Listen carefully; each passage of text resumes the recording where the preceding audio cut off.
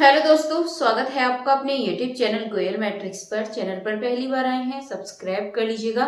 साथ ही bell icon को press जरूर करिएगा, जिससे नोटिफिकेशन आपके पास समय से पहुंच जाए। तो आज की जो वीडियो है, इसमें बात करेंगे आपके ऑर्डर ऑफ डिफरेंशियल इक्वेशन, जो कि आपका DSSP के ऑफिशियल सिलेबस के अकॉर्डिंग है। तो इसमें आपका क्या दे रखा है, इसके बारे में डिटेल में बात करेंगे, थोड़ी सी थ्योरी देखेंगे, प्लस इससे रिलेटेड जो क्वेश्चंस हैं उन्हें भी कर लेंगे। फिर नेक्स्ट वीडियो में आपके ज्यादा से ज्यादा क्वेश्चंस रखेंगे, यानी कि 15 से 20 क्वेश्चंस रखने की कोशिश करेंगे। तो इसी तरीके से आपकी जल्दी जल्दी यहाँ पर प्रैक्टिस होती रहेगी। तो आइए चलिए फिर स्टार्ट कर देते हैं। क्वेश्चन नंबर 1 का आंसर आपको बताना होगा, एंड साथ ही आपको ये बताना है कि टोटल 10 में से कितने क्वेश्चन सही हुए हैं। एंड जो क्वेश्चन नंबर 1 है, उसका आंसर आप लास्ट में चेक भी कर लीजिएगा कि आपका आंसर सही था या नहीं था। तो चलिए फिर आपके सामने ये सबसे पहले दे रखा है ऑर्डर ऑफ डिफरेंशियल इक्वेशन। तो ऑर्डर ऑफ डिफरेंशियल इक्वेशन क्या होता है? The highest order derivative present in equation. तो ऑर्डर ऑफ डिफरेंशियल इक्वेशन होता है आपका जो हाईएस्ट डेरिवेटिव होता है इक्वेशन में। अगर आप देखेंगे यहाँ पर, तो ये आपके सामने इक्वेशन दे रखी है। For example d² plus 3dy/dx plus 2y is equal to 0। इसमें हम देखेंगे जो सबसे ज्यादा डेरिवेटिव हुआ है वो 2 टाइम हो रखा है d²/dx²। इसीलिए जो इसका ऑर्डर है वो भी कितना हो जाएगा 2। तो यहाँ पर आपको पता चल गया होगा इक्वेशन में मौजूद सबसे बड़े डेरिवेटिव का ऑर्डर ही उस इक्वेशन का ऑर्डर होता है, ये आपको याद रखना है। इसके बाद आगे है second order linear differential equation. इसके बारे में भी जान लेते हैं। फिर आज एंड कल परसों इस तरीके से हम इनके क्वेश्चंस की प्रैक्टिस कर लेंगे, किस तरीके के क्वेश्चंस DSSP में पूछे जाते हैं। तो देखिए, agenda second order linear equation आपके सामने है। ये दे रखा है ax/t² plus bx/dy/dx plus cxy is equal to fx। अब देखिए यहाँ पर जो इक्वल में fx है, यहाँ पर यदि fx 0 है आपका, तो ये आपका होमोजीनियस इक्वेशन होगी। अगर यहाँ आपका fx यानी कि इक्वल में आपको कोई दे रखा है, 0 नहीं दे रखा है इक्वल में इक्वेशन के में, यानी कि fx आपका 0 के इक्वल नहीं है, तो वो जो इक्वेशन है नॉन होमोजीनियस हो जाएगी। इस बात का आपको ध्यान रखना है। तो होमोजीनियस नॉन होमोजीनियस, उम्मीद है आपको समझ अच्छे से आ गया होगा।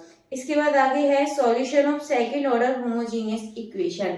Solution of second order homogeneous equation बताना है आपको।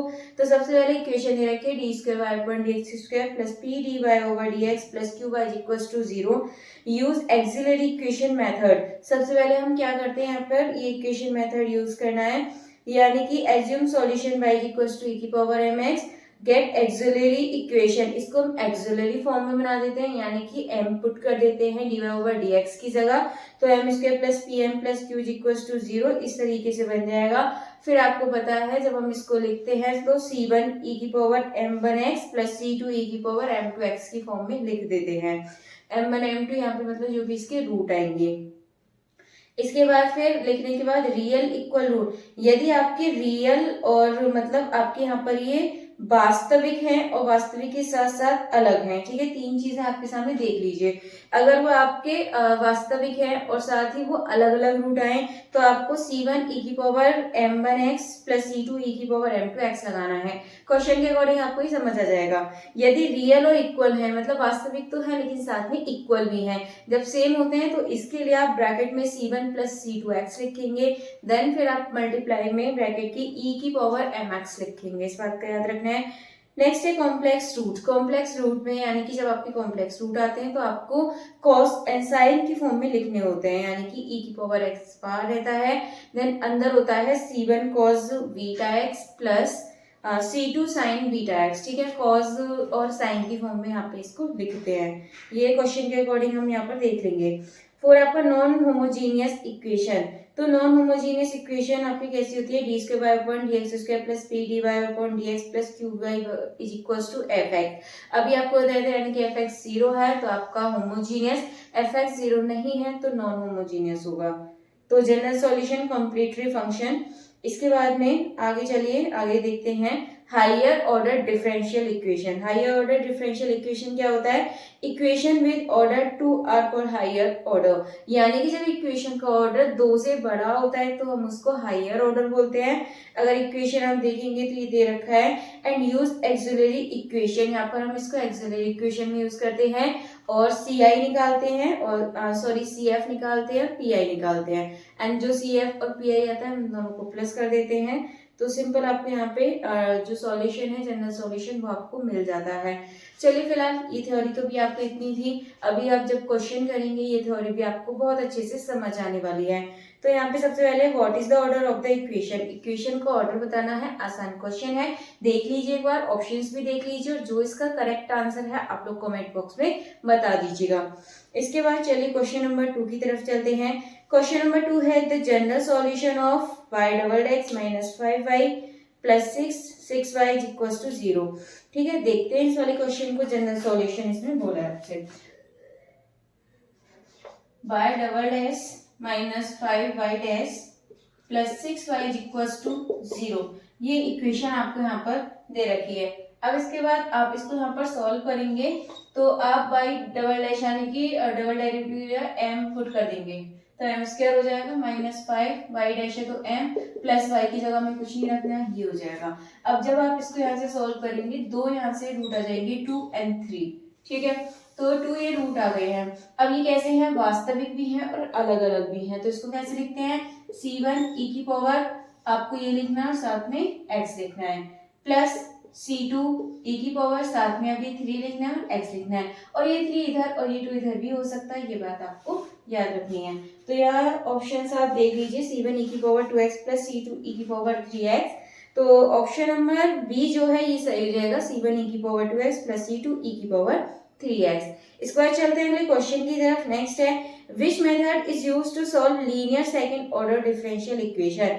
इनमें से कौन सा मेथड यूज किया जाता है linear second order differential equation को सॉल्व करने के लिए। अभी आपको बताया था, आप आसानी से आंसर कर सकते हैं।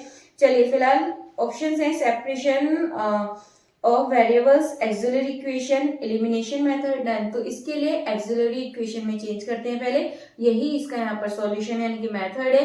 तो जो ऑप्शन नंबर बी है ये बिल्कुल करेक्ट आंसर हो जाएगा।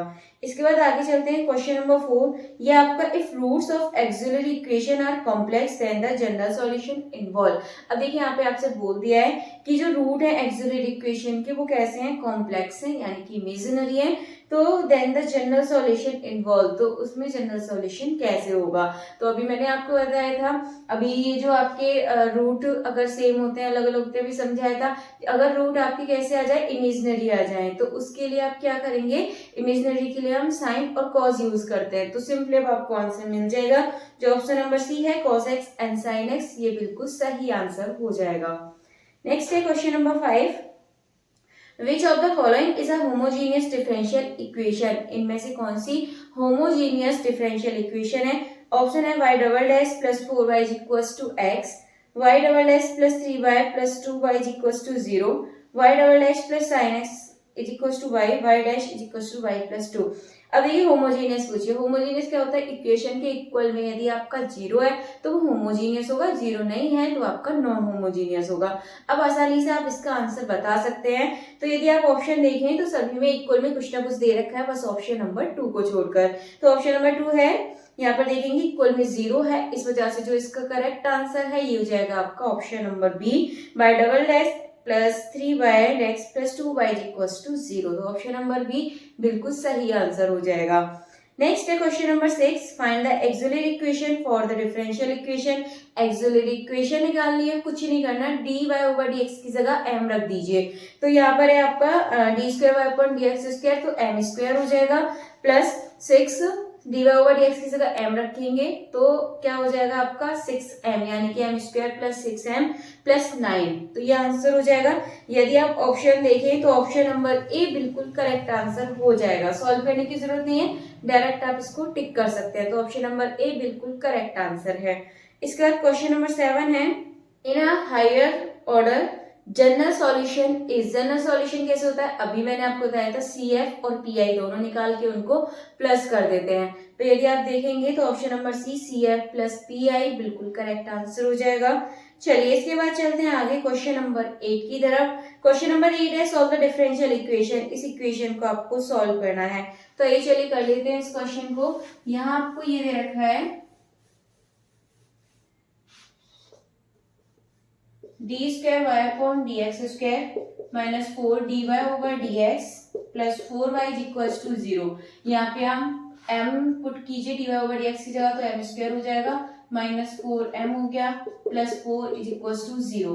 अब इसके बाद आपको कुछ नहीं करना है, सिंपल आप इसके फैक्टर यहाँ पर निकाल दीजिए। निकालेंगे तो क्या हो जाएगा, इस तरीके से हम यहाँ पर ले लेंगे, देन यहाँ पर कॉमन लीजिए और आपको फैक्टर यहाँ पर पता चल चुके होंगे कि इसके जो फैक्टर हैं m इज इक्वल टू 2,2 ही दो, मतलब दोनों सेम आ रहे हैं। अब सेम के लिए मैंने आपको बताया था क्या करना है, सेम के लिए आपको ये करना होता है c1 प्लस c2 साथ में x लगाकर और e की पावर में आपको ये लिख देना है जो सेम है 2x।